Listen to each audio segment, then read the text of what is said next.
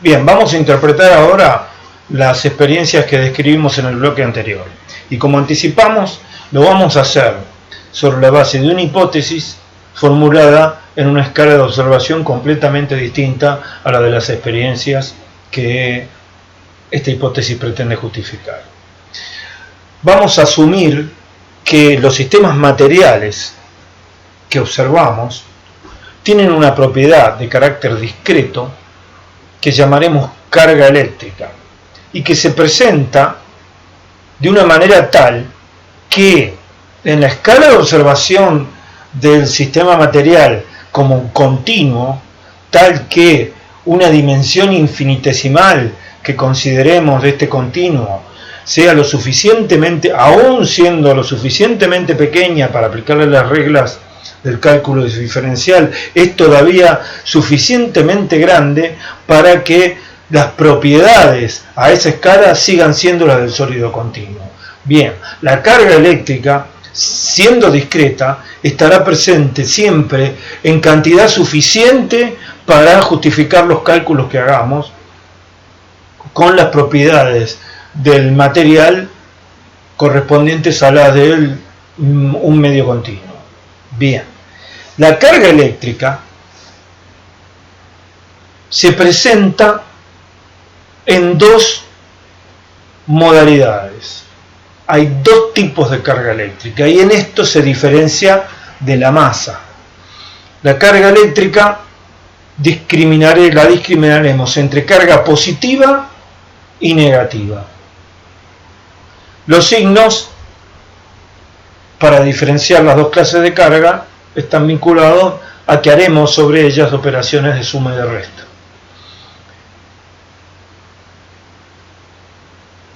La hipótesis es que las fuerzas que aparecen en las experiencias que describimos en el bloque anterior son fuerzas que aparecen entre las cargas eléctricas presentes en los sistemas materiales, de manera tal que las cargas eléctricas de igual signo se repelen y las cargas eléctricas de signos diferentes se atraen. La hipótesis adicional es que en estado natural, antes de las experiencias de fricción, los sistemas materiales contienen igual cantidad de carga eléctrica de uno y otro signo, de manera que el resultado neto es ausencia de propiedades eléctricas. Esto se altera cuando realizamos las manipulaciones que describimos en el bloque anterior y veamos cuáles son.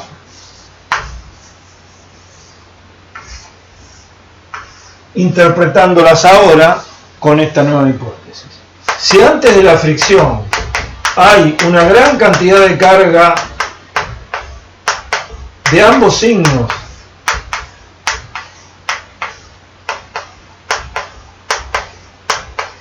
en ambos materiales, de manera que el resultado es que la carga eléctrica neta en cada uno de ellos es nula, podríamos dibujar lo mismo acá, pero como el resultado neto es nulo, en principio hacemos de cuenta de que no hubiera ninguna en ninguno de los dos. Después de la fricción, cargas eléctricas de uno de los dos signos pasa de un material al otro, de manera que el material que cede las cargas queda cargado en forma neta con el signo contrario al de las cargas que cedió, y el material que recibe las cargas queda cargado con el signo de estas. Imaginemos que pasan cargas positivas, este lo habíamos llamado A y a este lo habíamos llamado B, pasan cargas positivas de B hacia A. Esto implicará que B quedará cargado negativamente. Si dibujé 4 y 2, 6, vamos a dibujar 6 de este lado también. si A queda cargado positivamente, B queda cargado negativamente en igual magnitud, porque cargas positivas de B pasaron hacia A y antes ambos eran neutros. Como resultado de esto aparece una fuerza de atracción. Si hago lo propio con otros dos especímenes de A y B, el proceso será similar. Este quedará cargado negativamente y este positivamente.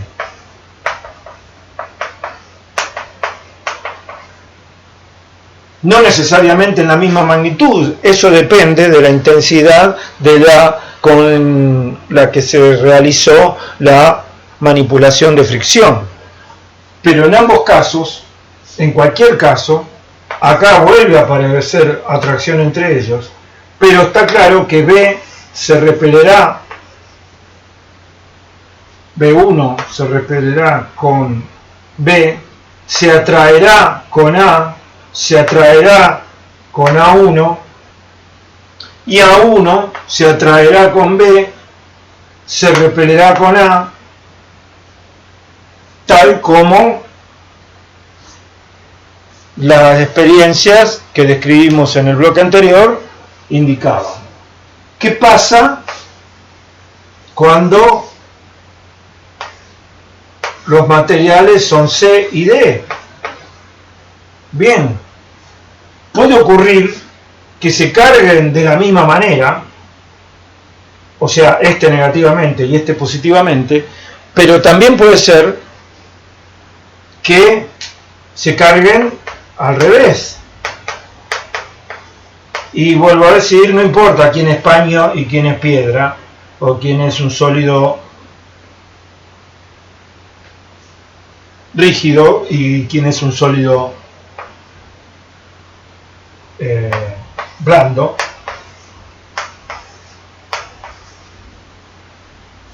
Si D quedó cargado positivamente y C quedó cargado negativamente, acá podemos ver que C y B en este caso se atraerán, se repelerá con A, y lo mismo ocurrirá con C y B, que se repelerán, se atraerá con A. Es fácil con esta explicación, con esta hipótesis, ver qué es lo que ocurre con cada par. Y esto es lo que yo hacía mentalmente mientras describía los experimentos.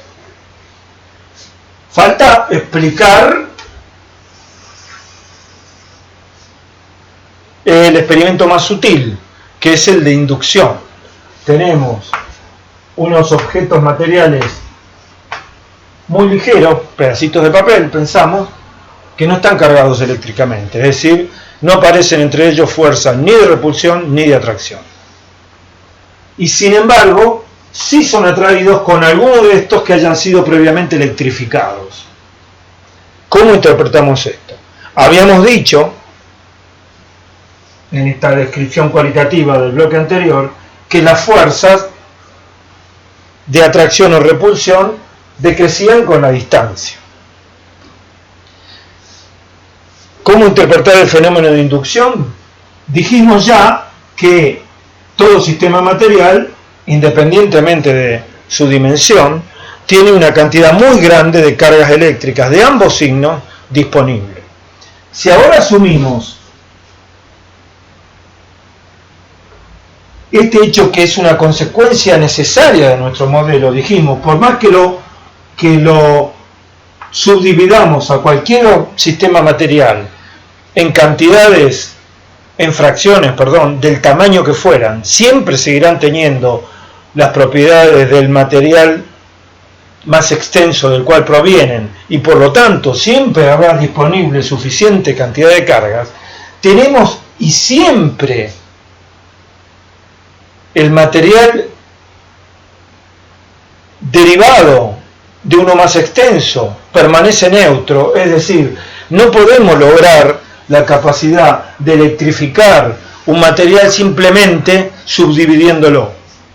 O sea, la carga eléctrica está equilibrada, y está equilibrada a una escala dimensional que es de otro orden de magnitud más pequeño que la menor escala en la que podamos pensar en subdividir un material continuo, es decir, un pedacito de un sólido, una porción cualquiera de un líquido, de un gas, por más pequeña que sea en nuestra escala de observación, siempre contiene cantidad de carga eléctrica suficiente y siempre equilibrada, a menos que haya sufrido algún proceso de electrificación distinto de la mera subdivisión.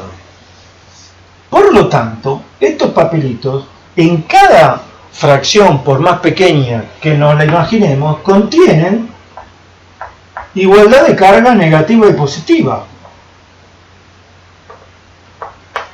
Es decir, podemos imaginarnos que la porción más pequeña de este papelito que nos imaginemos está constituida en el límite por un par de cargas, una negativa y otra positiva.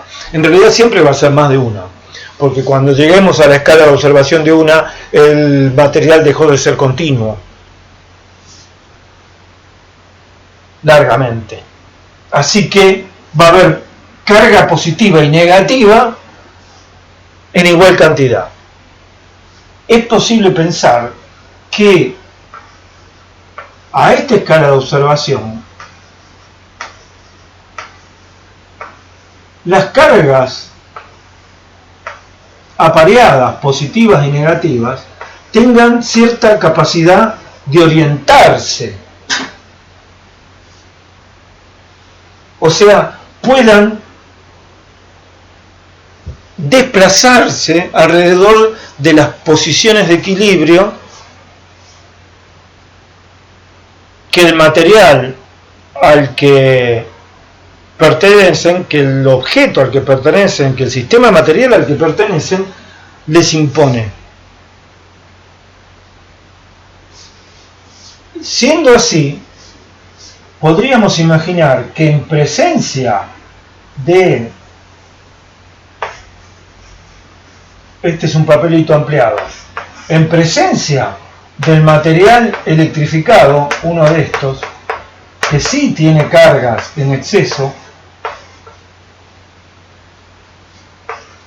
las fuerzas que aparecerán sobre cada uno de estos pares, que en principio, en ausencia del cuerpo electrificado, tendrán una orientación cualquiera, la capacidad de moverse alrededor de sus posiciones de equilibrio haga que las partes de estos pares, que vamos a llamar dipolos para tener un término sintético con el cual referirnos a ellos, estos dipolos, si se pueden mover alrededor de ciertas posiciones de equilibrio, lo harán de manera que su parte negativa tenderá a acercarse al material electrificado del que están próximos, y la parte positiva tenderá a alejarse. Esto tendrá un efecto neto en el seno del material, pero hará que cerca de los bordes haya preeminencia de cargas del signo distinto a la del material electrificado. Y lo contrario ocurra en el borde alejado del material electrificado. Es decir, acá habrá un exceso de cargas del mismo signo y acá un exceso de cargas del signo contrario. Y esto, como la fuerza es decreciente con la distancia, la fuerza neta de atracción de este lado será más intensa que la de repulsión del lado contrario. Y este pequeño desbalance genera una fuerza neta de atracción. Esa es la mitad de la experiencia. La otra mitad es que al tocar al material electrificado, esta atracción se convierte inmediatamente en una repulsión. ¿Y eso cómo se explica? Este material está descargado y este está cargado con carga en exceso. Por lo tanto, al ponerse en contacto, la carga en exceso de este pasará parcialmente al material que antes estaba neutro, y con lo cual ambos quedarán cargados en exceso con carga del mismo signo, y lo que era una atracción luego del primer contacto pasa a ser una repulsión, y lo mismo ocurrirá luego con el primer papelito que haya sido cargado por este fenómeno con los vecinos.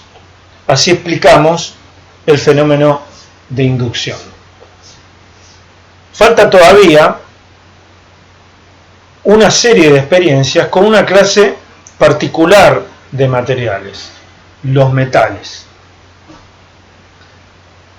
Los materiales metálicos, en principio, parecerían no ser susceptibles a esta manipulación. Sin embargo, en ciertas condiciones sí lo son. De eso nos ocupamos en el bloque siguiente.